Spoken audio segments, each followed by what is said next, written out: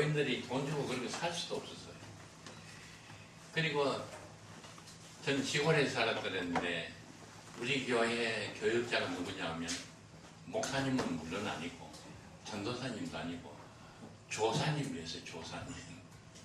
이 조사님이라는 건 뭐냐면 이제 농사 지어놓고 겨울에 이제 그 계절 성경학교 큰 교회에서 이제 목사님들 몇 분이 목사님은 조직신학 가르치세요. 목사님은 교회신학 가르치고 역사신학 가르치고 나는 조직신학 뭐 가르치고 이렇게 해가지고 3학기만 하면 조사라 그래가지고 교회 이제 목회자 없는 교회에 내보냈어요. 그래서 우리 교회에 온 조사님이 뭐 초등학교 겨우 나와가지고 계절 성경학교 3학기 하고 조사가 되어 왔으니까 성경을 아니고 모른대. 밤낮 하는 소리가 뭐냐면 공장님께서 이렇게 말씀하셨는데 성경에 그게 있다는 거예요. 그러니까 뭐 교인들이 뭘 알겠어요. 그때 교인들은 너무나도 가난하고 일제 압박하에서 농사 지어 놓으면 공출도 다 뺏기고 아들을 키워 놓으면 군대 진집해가서 총알바지로 하고 딸은 키워 놓으면 정신대로 붙들어가고 남편은 징용으로 잡아가고 너무너무 답답하니까 그저 교회 나와서 시간도 없이 그저 밤낮으로 울면서 기도하고 주여 우리 아들 살려주시오 우리 남편 살려주십시오. 그럼 새벽 예배가 이 정착되기 전이에요. 새벽에 나와서 기도하고 밤에서도 나와서 기도하고 저녁에도 기도하고 답답하면 교회 가서 기도만 하는 거예요. 그렇게 막 열광적으로 기도하다 보면 신비 체험을 많이 하게 돼요. 그래서 뭐 예수님의 음성을 들었다든지 말이야 환상 중에 주님을 봤다든지 뭐 꿈에 말이야 천사를 만났다든지 하면 말이죠 막 온갖 근심 걱정이 다 없어지는 거예요. 그런 체험이 강했어요. 근데 이제 요사이는 반대로 돼가지고 성경은 많이 알아요. 내가 어릴 때 우리 조사님들보다 여러분들은 성경 더 많이 알아요. 근데 내가 전도사 노릇할 때만 하더라도 뭐 방언하고 말이죠 뭐 상기도 하고 말이야 기도하다가 말이죠 뭐 체험을 하고 말이야 신비 체험을 하고 말이야 막 입신해가지고 막 하늘나라 가서 예수님도 만나고 오고 그런 체험이 많았는데 요사이는 너무 먹을 게 많고 너무 좋은 게 많아가지고 하나님 앞에 가서 울면서 기도할 그런 마음이 별로 없어요. 그 대신 성경 공부는 열심히 해요. 그럼 어떻게 되느냐? 아까 우리 목사님 기도할 때 종교인이라 그랬죠. 종교인. 종교인이 되는 거. 체험이 없으면 종교인이 되는 거. 또 체험만 따르다가 성경을 무시하면 이건 기독교 무속인이 되는 거죠. 그래서 요사이 이제 현대 교회일수록 이 체험이 참 필요한데 이 체험을 어떻게 하는지 잘 몰라요. 그래서 우리는 보통 체험이라 그러면 바울이 다메섹에 가다가 대낮에 큰 빛이 내리비치고 공중에서 주님의 음성을 듣고 거꾸로 져가지고 그 체험을 계기로 해가지고 사울이 바울이 됐다. 그래서 우리도 그런 체험이 있어야 이제 성도가 되는 것 같구나.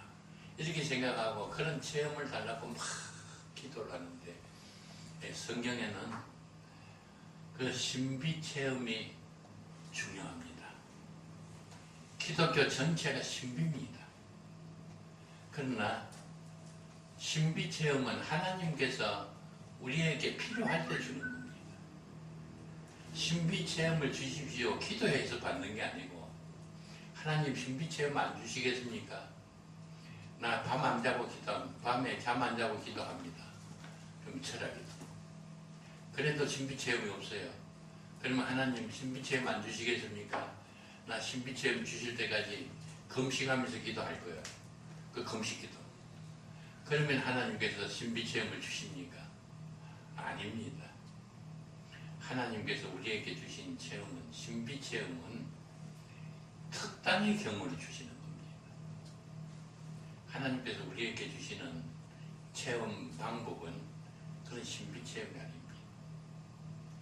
근데 아무리 계시를 주고 말씀을 주고 해도 알아듣지 못할 그런 경우에 한해서 하나님께서 신비 체험을 주십니다.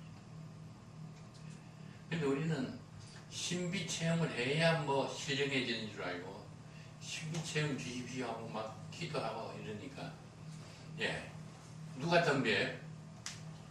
마귀가. 마귀는 속이는 주특기라 그랬죠.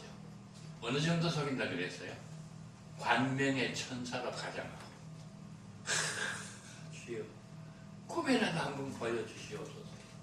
천사라도 보내가지고 나 한번 체험하게 해주시오. 이렇게 기도하면 하나님께서는 신비 체험이 다가 아니다. 그건 내가 꼭 필요할 때 내가 알아서 주는 것이지 왜 신비 체험을 달라고 기도하느냐? 안 주십니다. 근데 마귀가 와가지고 내가 하나님께서 보내준 천사다 그래가지고 속이는 거야. 그러니까 신비가 중요합니다. 기독교는 전체가 신비입니다. 그러나 신비주의자가 되면 안 됩니다. 마귀가 틈을 사가지고 요상한 짓을 하기 때문에. 그러니까 성경 말씀을 무시하고 신비 체험을 하기 위해서 산에 가서 기도하고 기도원 지어놓고 원장 노릇하고 이런 사람들은 잘못되는 경우가 참 많이 있습니다.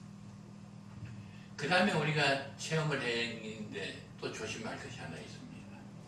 방언, 예언, 막 귀신 쫓아내는 거, 병 고치는 거. 이게 전부 다 뭐죠? 성령입니까? 성령의 은사입니까? 성령 아닙니다. 성령의 은사입니다. 우리가 체험해야 될 것은 뭐 신비 체험을 하는 게 아니고 성령의 은사 체험을 말하는 게 아니고 우리가 체험하는 것은 하나님께서 우리에게 주시는 체험은 성령 체험입니다. 근데 많은 사람들이 성령의 은사를 받으면 그 성령 체험으로 착각을 해요. 그러면 성령의 은사가 필요 없는 게 아닙니다. 성령의 은사가 대단히 중요합니다. 우리는 신비 체험을 하기 위해서 기도할 필요가 없지만 성령의 은사를 받기 위해서는 기도해야 됩니다. 근데 성령의 은사를 받으면 많은 사람들이 어떻게 생각해요? 나는 이제 성령 받았다. 방언 하면 나는 이제 성령 받았다. 예언하면 나는 이제 성령 받았다. 막 기도해서 귀신 쫓아내면 막 성령을 막 충만히 막 받았다. 막 기도해가지고 말이죠. 막 난치병 환자를 고치면 말이죠. 나는 막 이제 신령한 사람이 돼. 이렇게 착각을 하는.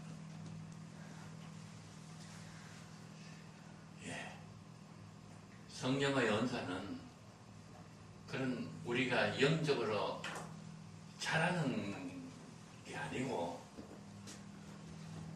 병 고치고 귀신 쫓아내면 신령한 사람이 된 게 아닙니다. 하나님께서 성령의 은사를 주신 것은 우리의 영이 자랐다는 증거가 아니고 이 은사를 가지고 뭘 하라고요? 성령이 임하시면 너희가 권능을 받고 뭘 하라고요? 예루살렘과 유다와 사마리아와 땅끝까지 내 증인이 되라. 여기 성령의 은사입니다. 성경에 보면 성령의 은사도 성령이라고 성령도 성령이라고 그러고 우리 혼돈하기가 참 쉽습니다. 그러나 우리는 성령의 은사하고 은사를 주신 성령님하고 완전히 구분해야 돼요. 그러니까 우리가 필요한 체험은 임재 체험입니다. 하나님의 임재 체험. 성령 내주 체험입니다. 그걸 체험할 때 우리들의 영이 자꾸 자라는 거고 신령해지는 겁니다. 이걸 체험을 해야 되는데, 예, 은사를 성령으로 착각해서 은사 받는 체험을 받으면 다 된 것을 생각하면 은사주의라고 합니다. 신비 체험을 위해서 자꾸 기도하고 신비 체험을 하려고 노력하면 무슨 주의요? 신비주의라고 그랬죠. 그거 잘못된 거예요. 은사주의, 은사가 잘못된 게 아닙니다. 은사는 전도하라고 주는 건데, 은사주의자는 은사를 받으면 자기가 신령해진 것으로 착각을 하고 성경도 무시해요. 뭐 방언을 하면 되는 것이지 뭐 예언을 하면 되는 것이지 뭐 성경이 무슨 소용이 있느냐. 귀신을 쫓아내는 게 최고지 말이야. 귀신도 못 쫓아내고 성경만 읽고 있으면 못하는 거예요. 이게 은사주의. 그건 신비주의의 피해는 많이 알지만은 은사주의 피해가 얼마나 많다는 것을 아는 사람들은 많지 않습니다. 미국에서 시작해가지고 은사주의, 이거 우리나라도 많이 들어와가지고 그 뭐 병 고치고 귀신 쫓아내고 방언하고 예언하고 막 교회를 시끄럽게 만들고, 이 대표적인 교회가 어느 교회냐면 고린도 교회입니다. 고린도 교회는 고린도전서 1장 7절에 보면 은사에 부족함이 없는 교회였습니다. 근데 고린도전서 3장 1절에서부터 보면 고린도 교인들이 막 시기하고 다투고 막 싸웠어요. 왜요? 이거 은사주의이기 때문에. 내가 받은 은사가 최고라. 그러면 또 저 사람은 내가 받은 은사가 최고라는 거예요. 그래서 방언의 은사 받은 사람하고 예언의 은사 받은 사람하고 막 싸우는 거예요. 내가 받은 은사가 더 좋다고. 방언의 은사 받은 사람이 예언의 은사 받은 사람 보고, 그걸 말이지 그 예언이라고 하느냐, 나같이 방언을 해야 이게 신령한 사람이지. 그거 뭐 예언하는 사람은 진짜로 예언을 하는 것인지 가짜로 예언하는 것인지 어떻게 하느냐. 우리말로 하니까 예언 받은 은사 받은 사람이 예언을 막 하니까, 나는 예언을 받으라고 아무리 기도해도 예언이 안 와요. 그러면 예언이 안 왔는데도 나는 예언 받았다 해가지고 가짜로 예언을 할 수 있다고 해요. 그러니까 그건 믿을 수 없다. 그러니까 예언의 은사 받은 사람도 방언하는 사람 보고, 네가 방언을 하지만 그건 무슨 소리인지도 모르고 하는 거, 그걸 뭐 은사 받았다고 하는 거냐. 하나님께서 주신 말씀을 받아가지고 선포해야 이게 하나님의 말씀이지. 그렇게 막 시기하고 다투고 싸우고. 귀신 쫓아내는 사람은 귀신을 쫓아내야지 병 고치는 것까지 그게 뭐냐. 귀신 쫓아내면 다냐 말이야. 병을 고쳐야지. 귀신 쫓아내는 사람하고 병 고치는 사람하고 또 시기하고 뭘 다투는 거야. 그뿐만 아닙니다. 나는 바울파다, 나는 아볼로파다 해가지고 막 패를 만들어가지고 막 패당 싸움을 해요. 누가요? 고린도 교회가. 고린도 교회는 어떤 교회예요? 9가지 은사를 부족함이 없이 다 받은 교회. 근데 고린도 교회들은 영적으로 엄청 자만했어요. 우리가 이런 은사를 받았기 때문에 자기네들은 뭐 예수님 다음 가는 신령한 사람으로 착각을 했는데, 바울 사도가 고린도전서 3장 1절에 보면 너희는 신령한 자가 아니다. 신령한 자, 영이 자란 사람이 아니다. 너희는 육신에 속한 자다. 거듭나기는 거듭났지만은 영이 아직 어린아이와 같은 상태다. 그게 육신에 속한 자. 육에 속한 자는 거듭나지 못한 사람, 일반 사람들 말하는 거고, 거듭나기는 거듭났는데 아직 가난하게 상태에 있는 사람을 육신에 속한 자. 너희는 육신에 속한 자다. 고린도 교인들이 바울 사도의 그 서신을 받아보고 막 화가 난 거야. 고린도 교회를 개척하고 설립한 사람이 누굽니까? 바울 사도예요. 근데 고린도 교인들이 하도 성령 받았다고, 성령 연사 받았다고 날치기 때문에 바울 사도가 그 제대로 했더니 고린도 교인들에게 바울 사도가 쫓겨났어요. 자기가 개척한 교회에서 쫓겨난 거예요. 그래가지고 고린도교회에 가지도 못하고 디도를 보내가지고 편지를 써서 보내요.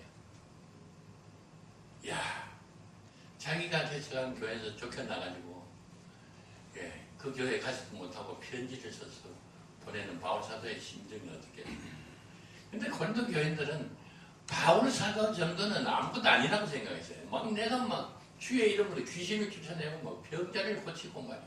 방언을 하고 예언을 하고 하는데 바울이 지가 뭔데 말이야. 우리가 이렇게 신령한 사람인데 바울이 나보고 어린애기래요. 근데 바울이 너희가 어느 정도 어린이냐? 초등학교 정도 어린이냐? 아니라는 거예요. 유치원 정도 어린이냐? 아니라는 거예요. 어느 정도 어린이? 젖먹이 어린이라는 거예요. 그러니까 고린도 교인들이 뿔떼기가 나가지고 바울이 얼마나 답답했으면 편지를 3번을 보냈어요. 두 번째 보낸 편지는 없어졌어요. 근데 첫 번째 보낸 편지하고 세 번째 보낸 편지가 있어가지고 우리 성경에 고린도전서가 첫 번째 보낸 편지고 고린도후서가 세 번째 보낸 편지. 기가 막힌 거예요. 이 고린도 교인들만 그런 게 아니고 우리나라도요. 성령의 은사 받은 사람들이 얼마나 자기가 신령한 것으로 착각을 하고 방언 받은 사람이 방언 못 받은 사람은 성령도 못 받았다고 무시하고 이 은사주의 폐해야 됩니다. 은사가 중요하지만은 신비 체험이 중요하지만은 신비주의자가 되면 안 되는 거와 마찬가지로 은사가 참 중요해요. 근데 은사주의자가 되면 안 되는 거예요. 고린도 교인들이 같이 되는. 우리는 그 참 착각을 많이 하고 있습니다. 오늘도 많은 한국교회 목사님들, 교인들이 은사주의에 빠져가지고 고린도 교인들과 같이 그런 혼미한 상태에서 자기네들은 장로교 교인들, 장로교 목사들 뭐 방언도 하나 못하는 목사가 무슨 목사나 뭐 이런 식으로 나오니까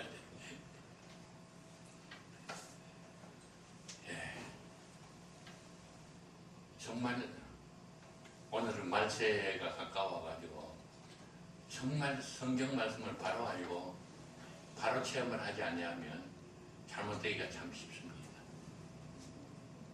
그런데 문제는 그거보다 더 심각합니다. 지난번에 제가 말씀드렸죠. 우리가 물과 성령으로 거듭나가지고 그 다음에는 세례를 받습니다. 로마서 6장에 가면 세례가 나옵니다. 세례가 뭐냐?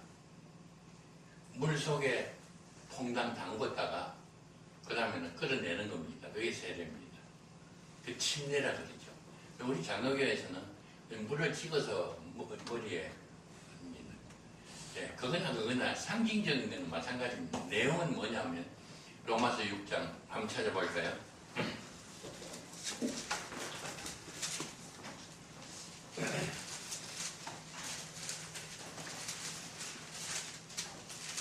세례가 뭔가? 3절, 로마서 6장 3절. 무릇 그리스도 예수와 합하여 뭐 받은? 세례를 받은 우리는 뭐요? 뭐에 죽으시는가? 그가 누굽니까? 예수님이죠.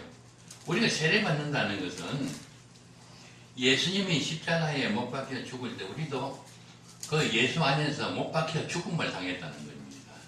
죽으심과 합하여 세례를 받은 줄을 알지 못하느냐. 그러므로 우리가 그의 죽으심과 합하여 세례를 받음으로 그와 함께 장사되었나니 이는 아버지의 영광으로 말미암아 그리스도를 죽은 자 가운데서 살리심과 같이 읽겠습니다. 우리로 또한 생명 가운데서 행하게 하려고. 이게 세례입니다. 여러분들 세례 받았죠? 그냥 물속에 퐁당 들어갔다가 나오는 게 아니고 물속에 들어갈 때는 그리스도와 함께 죽었습니다. 이게 완전히 죽었습니다. 근데 물 속에 들어갔다가 우리는 또 끄집어냅니다. 그리스도의 부활과 함께 우리가 새 생명으로 살아난 겁니다. 이게 거듭나는 겁니다. 여러분들 세례 다 받았죠? 예, 거듭났습니다. 거듭났어요.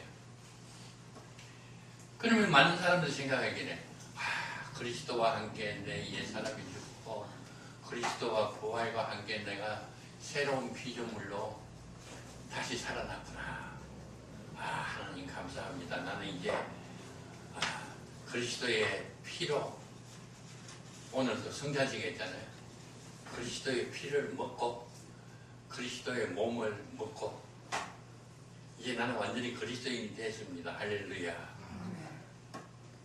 그런데 로마서를 읽어보니까 이게 웬일이야요.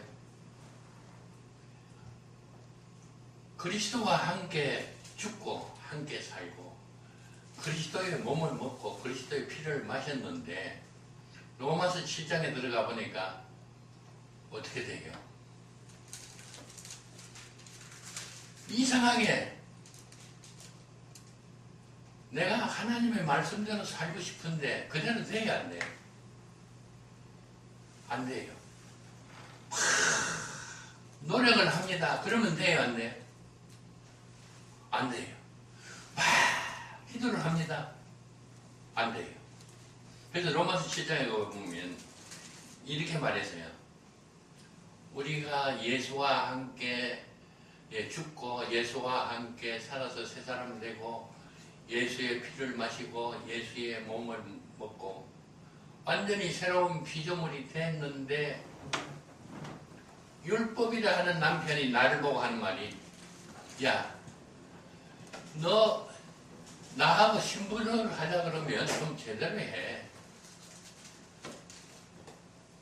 왜 그렇게 하는 것보다 그렇게 엉터리야. 그렇게 믿어가지고 너 구원이라도 받겠니? 여러분 착각하면 안 됩니다. 우리 구원 받았습니까? 앞으로 받을 겁니까? 받았습니다. 근데 율법은 뭐라 그래요? 너 그렇게 믿어가지고 구원 받겠느냐? 누가요? 율법이라는 남편이. 근데 이 율법이라는 남편이 덜 떼먹은 남편입니까? 아니요. 완전 목이라는 남편이라요. 예, 이 세상에 어서질전정 율법의 1.1획도 패하지 아니하리라. 완전해요. 근데 나는 얼마나 덜 떼먹었냐 하면 하는 것마다 다 율법에 위반되는 거예요.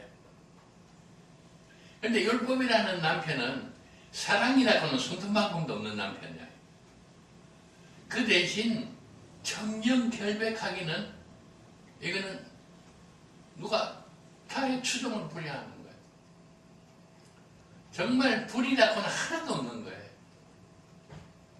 근데 피도 눈물도 없는 남편이에요. 바늘 가지고 찔러도 피 한 방울 안 나올 그런 남편이야.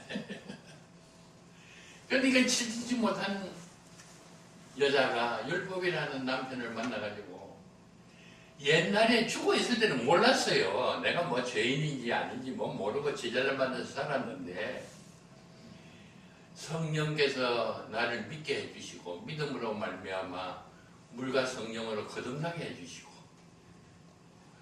이제 예수와 함께 죽었다가 예수와 함께 다시 새 생명으로 새로운 피조물로 재창조됐어요. 근데 이제 눈이 열려졌어요. 근데 내가 봐도 하나님의 뜻대로 한다고 내가 하는데 하는 짓마다 다 엉터리야. 가슴이 아파 죽겠는데 이 남편이라는 작자가 와가지고 덩어리를 툭툭 쳐주면서 아휴 얼마나 고생하느냐. 참 하나님의 말씀 따라하기가 힘들지. 이렇게 위로라도 한마디 했으면 좋겠는데 율법이라는 남편은 송곳을 찔러도 피 한 방울 안 나오려는 거냐. 너 그거 예수 믿고 구원받는 사람 새로운 피조물이라 하는 게 그게 하는 짓이 뭐냐 말이야. 너 그래가지고도 하나님 믿는다고 하느냐. 사살 근근히 말이야 막 가슴을 찌르는 말을 하는데 도저히 견딜 수가 없어요. 더 이상 살 수가 없어요. 그래서 이거 어떻게 하느냐 그리고 있을 때 로마서 7장에 보면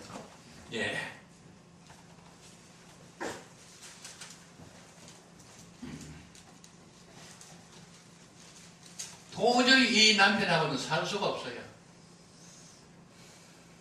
그래서 이 남편하고 율법이라는 남편하고 이혼해가지고 사랑이 많으신 예수를 하는 남편하고 결혼을 다시 했으면 좋겠는데 눈이 시퍼런 남편을 두고 다른 남자한테 가면 뭐가 되죠? 이거는 없는 게 되는 거예요. 그렇게는 할 수가 없어요. 근데 한 가지 방법이 있어요. 두 아내와 남편 중에 한 사람이 죽으면 이제 이 혼인관계가 해소가 돼요. 그래서 다른 남자한테 시집가도 괜찮아요. 그래서 이 참 너무나도 지키지 못하는 불쌍한 여자가 율법이라는 남편 죽을 때까지만 눈이 빠지도록 기다리고 있는 거예요. 근데 율법이라는 남편은 너무나도 생생하기 때문에 죽을 생각을 안 하는 거예요. 이 지구가 없어질지언정 율법은 없어지지 않아요. 그러니까 율법이라는 남편 기다리다가 너희가 죽는다고요. 그런데 여기 보니까 7장 로마서 7장 4절 그러므로 내 형제들아 너희도 그리스도의 몸으로 말미암아 율법에 대하여 죽음을 당하였으니 이는 다른 이 곧 죽은 자 가운데서 살아나신 이에게 가서 우리가 하나님을 위하여 열매를 맺게 하려 함이니라. 이 율법은 아무리 죽을 날을 기다려도 죽질 않아요. 그러면 방법은 율법을 죽을 때까지 기다리는 게 아니라 내가 죽으면 돼요. 내가 죽으면 끝장아니에요. 근데 그리스도와 함께 죽으면 어떻게 돼요? 그리스도와 함께 살아난다고요. 그리스도와 함께 죽었어요. 그래서 이 지치지 못한 여자가 율법 보고 빠이빠이 나는 이제 죽었습니다. 그래가지고 그리스도 안에서 살아났어요. 이렇게 율법하고는 이제 헤어졌거든요. 누구하고 이제 결혼할 수 있어요? 그리스도와 결혼을 했어요. 근데 문제는요, 율법하고 살 때보다 더 괴로운 거예요. 율법하고 살 때는 잘못하면 율법이 말이야, 그 뭐냐고 말이야 하면 말이야 이 반응심이라도 생겼는데 그리스도 예수라는 남편은 너무 사랑이 많은 분이에요. 내가 하나님의 뜻대로 하려고 우리 남편을 기쁘게 해드리려고 하나님의 말씀대로 사랑하려고 하는데 이게 사사건들이 안 되는 거예요.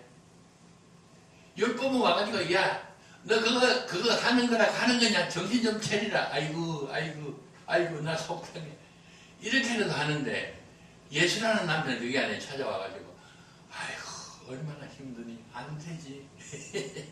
이러니까 더 죽을 판이야. 로마서 7장 한번 봅시다. 22절 로마서 7장. 내 속사람으로는 하나님의 법을 즐거워하되 내 지체 속에 한 다른 법이 내 마음의 법과 싸워 내 지체 속에 있는 죄의 법으로 나를 사로잡아 오는 것을 보는도다. 전에는 그런 것도 몰랐어요. 몰라서 괜찮은데 예수라는 남편을 만나고 보니까 알기는 아는데 안 되는 거예요. 안 되는 거예요. 율법이라는 남편은 저주를 하니까 그래도 좀 낫는데 예수라는 남편은 저주를 하는 게 아니고 사랑하는 거예요. 더 체면이 안 서는 거예요. 그래서 24절 우리 같이 읽읍시다. 이게 우리의 고백입니다. 오거라 나는 공부한 사람이다. 이 사망의 몸에서 누가 나를 건져내랴. 옛날에는 이건 몰랐어요. 이제는 알게 돼서 더 답답한 거예요. 우리 예수 믿는 사람 체험이요. 무슨 방언 체험, 무슨 예언 체험, 귀신 쫓아내는 체험 중요해요. 진짜 중요한 것은 내가 공부한 사람이라는 것을 체험을 해야 돼요. 근데 많은 사람들이 나는 잘 믿는데 저 녀석이 저기 잘 못 믿어가지고 우리 한국 교회가 이 모양이에요. 나는 잘 믿는데 저 권사라는 그 여자가 교회 와가지고 난장판 치는 바람에 우리 교회가 이렇게 되는 거예요. 나는 정말 잘 믿는데 저 장로라 하는 사람이 장로 노릇을 못해가지고 우리 한국 교회가 이렇게 되는 거예요. 여러분들 우리 교인들 만나보세요. 한국 교회에 이래가지고 안 된다 그럽니다. 누구나 다 그래요. 그러면서 그럼 어떻게 하면 되느냐 그러면 회개해야 된대요. 그러면서 자기는 회개 안 하는 거야. 왜요? 자기는 회개할 게 아무것도 없는 거야. 목사님이 회개해야 되고 장로님이 회개해야 되고 권사님이 회개해야 돼. 좀 목사님, 장로님, 권사님들 말이야 안수 집사들이 회개 안 해서 말이야 교회가 이따그를 됐다고 말이야 회개 안 하고 자기는 회개할 게 없어요. 진짜 중요한 체험은 내가 공부한 사람이에요. 내가 죄인이다. 어떻게 해야 됩니까? 회개할 줄 알아야 돼요. 전에 내가 그 장로로 있을 때 회개할 게 없어가지고 고민하던 이야기 했지요. 네. 정말 그게 중요한 거예요. 근데 25절 우리 주 예수 그리스도로 말미암아 하나님께 감사하리로다. 그런즉 내 자신이 마음으로는 하나님의 법을 육신으로는 죄의 법을 숨기노라. 해결하는 방법은 내가 아니에요.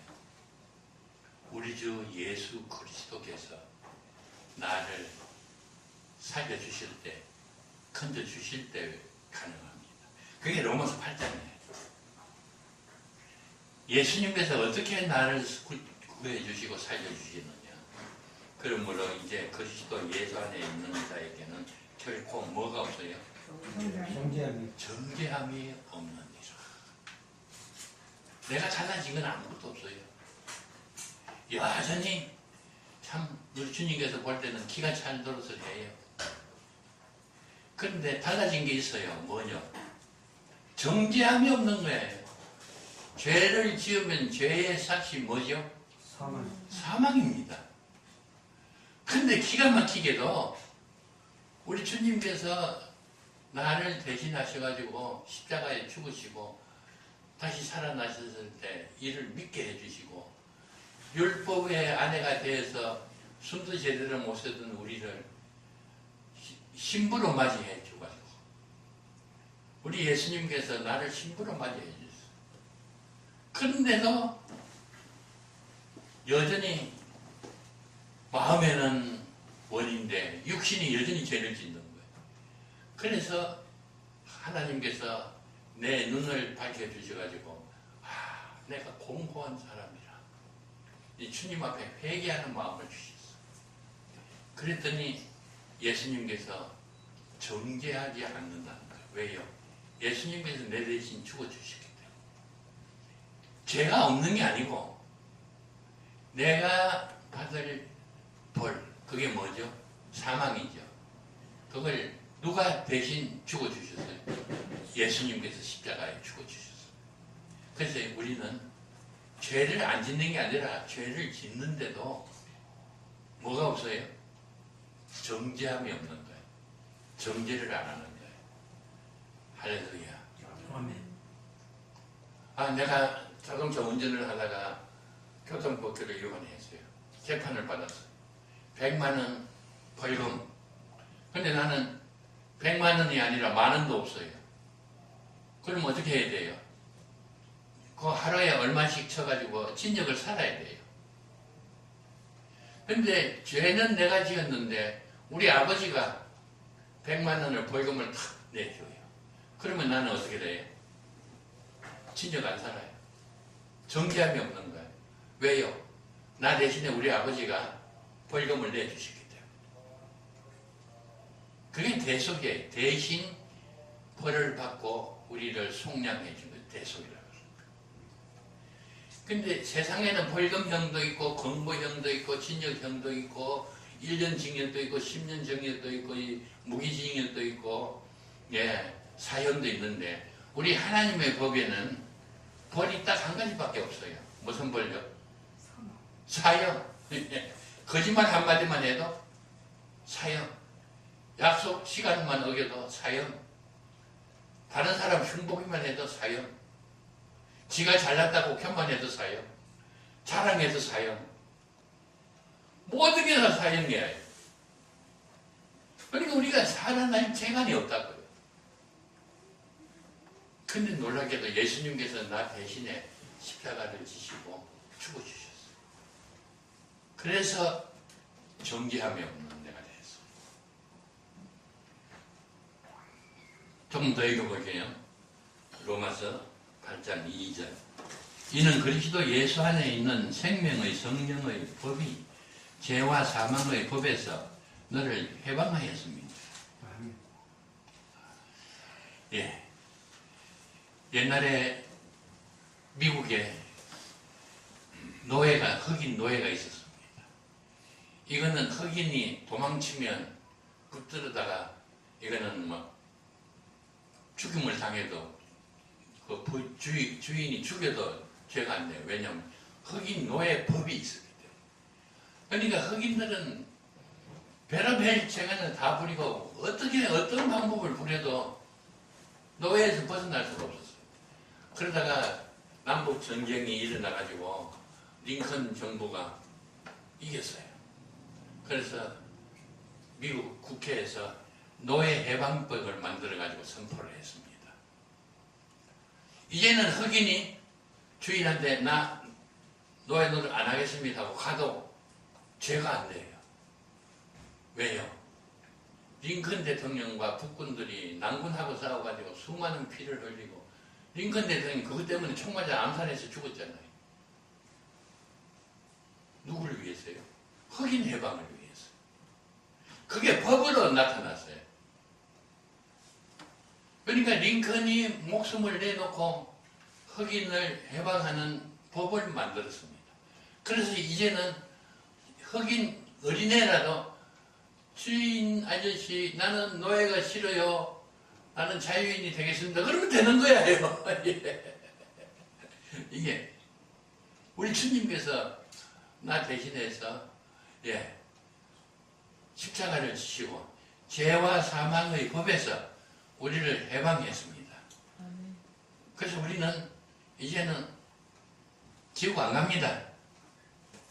죄를 안 짓는 게 아니고 죄를 지어도 죄와 사망의 법에서 생명의 성령의 법이 우리를 해방하셨기 때문에 우리는 지옥 안 갑니다. 할렐루야. 근데 많은 사람들이 할렐루야 이제 우리는 거룩한 자다. 나는 성화가 다 됐다. 이렇게 생각하는데 천만입니다. 우리 한국교회가 제일 문제가 뭐냐면 이 구원을 칭의구원만 구원으로 생각합니다.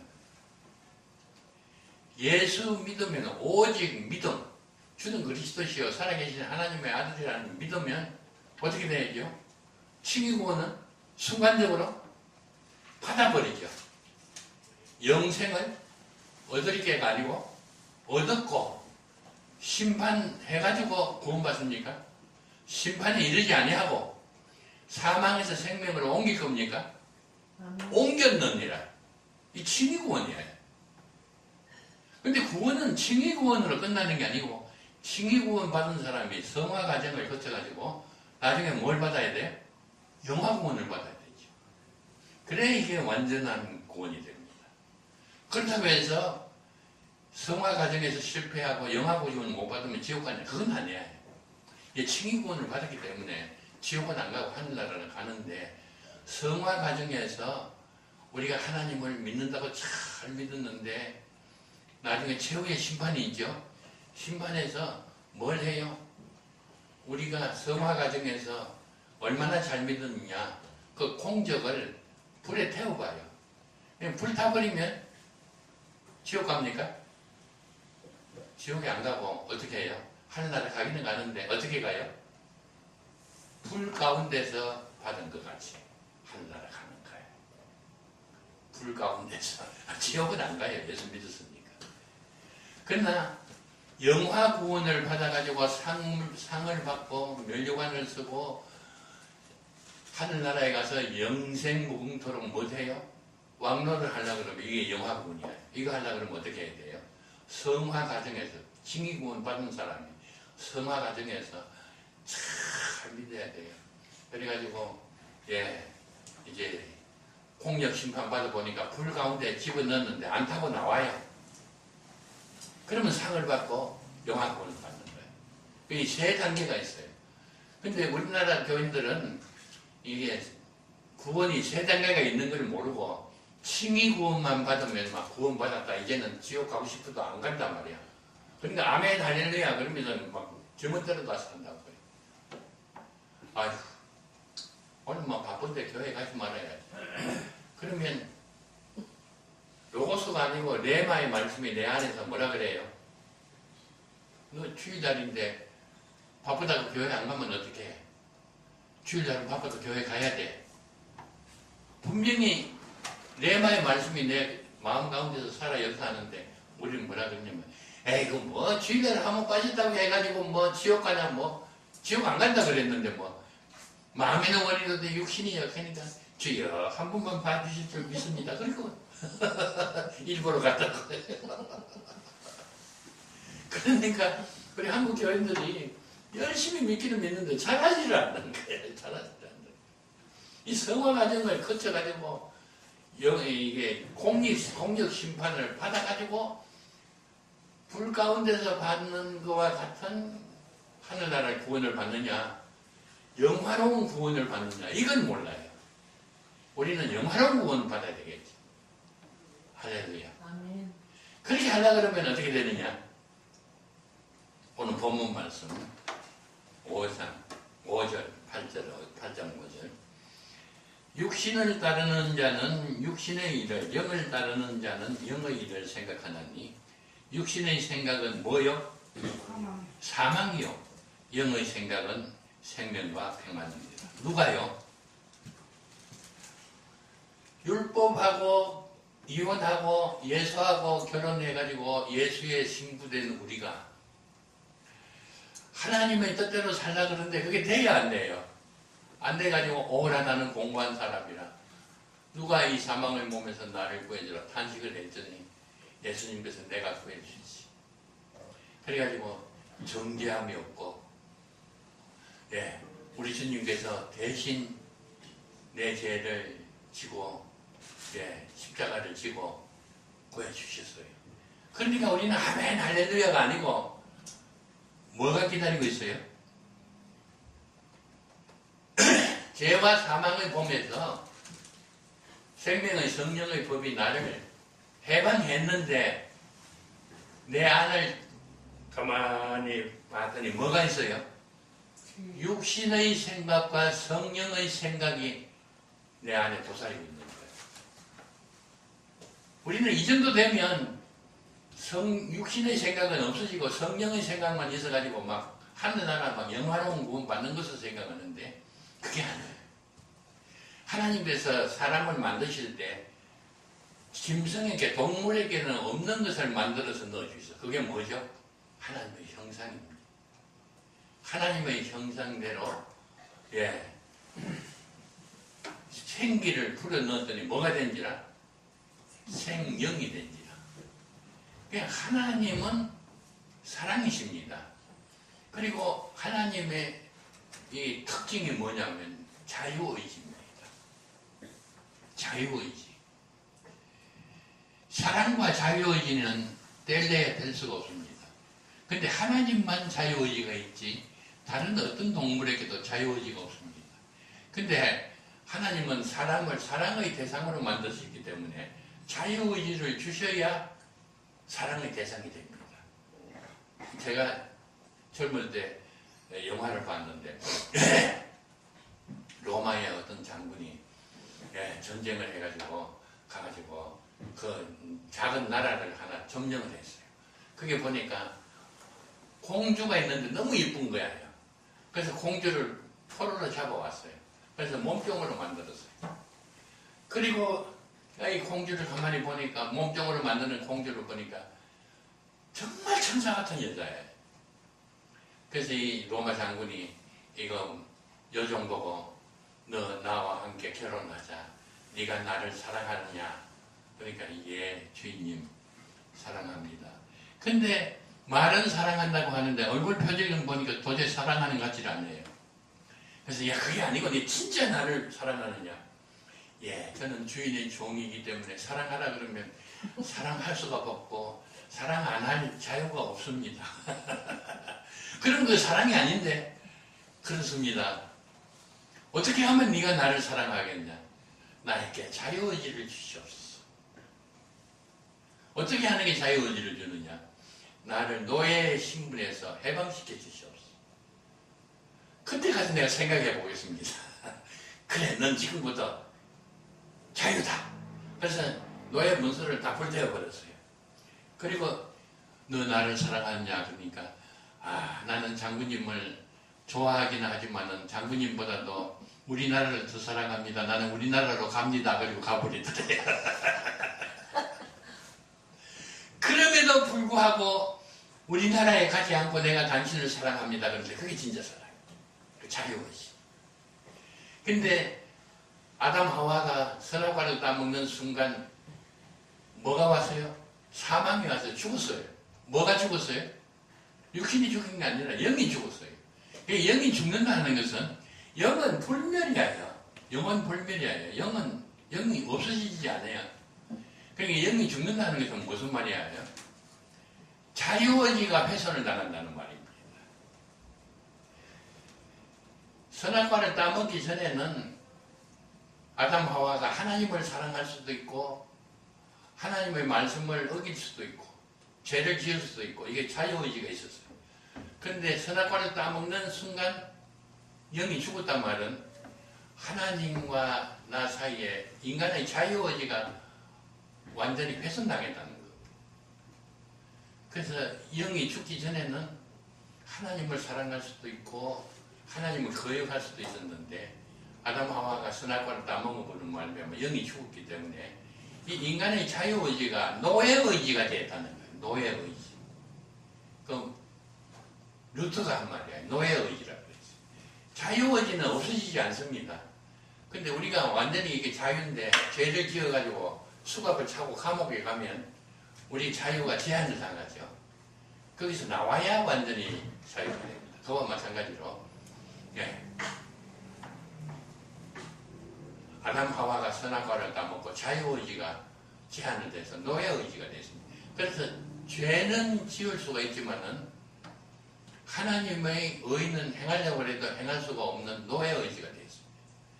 이걸 회복시켜 주신 분이 누구냐 하면 예수님이십니다. 그래서 우리는 예수님께서 우리 대신 십자가를 지어주시고 율법을 완성시켜 주셔서 우리가 이제 해방됐다고. 그러면 이제 우리는 자유다. 마음대로 해도 된다. 그게 아니에요. 이제 완전한 자유의지가 회복이 됐어요. 하나님의 영의 말씀을 쫓아 행할 수도 있고 육신의 생각을 쫓아 행할 수도 있고 이게 과거에는 육신의 생각만 쫓아 행할 수가 있고 영의 생각을 쫓아 행할 자유가 없었어요. 근데 예수님이 십자가를 지시고 죽으심으로 말미암아 이제는 훼손됐던 자유의지가 완전히 회복됐습니다. 근데 우리가 이제 끝난 게 아니라 이제 뭐가? 성화 과정이 이제부터 시작입니다. 이걸 알아야 돼요. 우리나라 성도들이 이게 성화 과정까지 아직도 오지도 못하는 성도들이 너무 많이 있어요. 육신의 생각은 사망이요. 지옥 간단 말입니까? 아니에요. 아까 말했죠. 우리의 영이 사망한다는 건 지옥 가는 게 아니고 하나님과의 관계가 단절되는 겁니다. 영의 생각은 생명과 평안입니다. 우리는 예수를 믿음으로 말미암아 칭의군을 받았어요. 이제 성화 과정에 들어섰습니다. 과거에는 아무리 하나님의 뜻대로 살려고 해도 안 됐는데 이제는 예수님의 십자가 지심으로 말미암아 자유의지가 완전히 회복됐습니다. 육신의 생각을 따를 수도 있고 성령의 생각을 따라 행할 수도 있는데 육신의 생각을 따라 행하면 뭐예요? 사망. 아담 하와 때가 그 노예 의지가 된 것과 같이 하나님과 관계가 끊어져 가지고 다시 노예 의지 상태로 들어가게 되어 있습니다. 그러나 성령의 생각을 쫓으면 어떻게 돼요? 우리 생명이 유지되고 성령과 나가 교제만 할 뿐만 아니라 어떻게 돼요? 성령이 내 안에 오신다고 되어 있어요. 할렐루야. 성령이 어디 계십니까? 내 안에 와 계십니다. 할렐루야. 성령이 내 안에 와 계신다는 것까지는 아는데 성령과 교제가 없는 거예요. 왜요? 교제할 줄은 모릅니까? 어떻게 해야 성령과 내 안에 와 계시는 성령과 교제를 하느냐? 오늘 오후 시간에 말씀을 드리겠습니다. 그 성령, 내 안에 와 계시는 성령과 교제가 이루어져야 진짜 성령 내주 체험이 이루어지는 겁니다. 그걸 하나님의 임재 체험이라고 합니다. 다른 말로 하면 성령의 내주 체험. 그런데 많은 한국 기독교인들이 성령을 받았어요. 성령이 내 안에 와 계신다는 걸 아는데 성령이 내 안에 와 계시는 것을 체험을 못하는 거예요. 그러니까 어떻게 해야 이 체험을 해요? 이게 진짜 우리 기독교인의 체험의 핵심입니다. 오늘 좀 바쁜 일이 있더라도 오늘 오후에 성령이 내 안에 와 계신다는 것은 다 알고 있죠. 그런데 어떻게 체험하는지 잘 모르죠. 그 체험을 성령이 내 안에 와 계시는 것을 체험을 하면 어떤 현상이 나타나는지 그것까지 알아야 성령 체험이 증명이 되는 겁니다. 기도하겠습니다. 하나님께서 성경 말씀을 주셨습니다.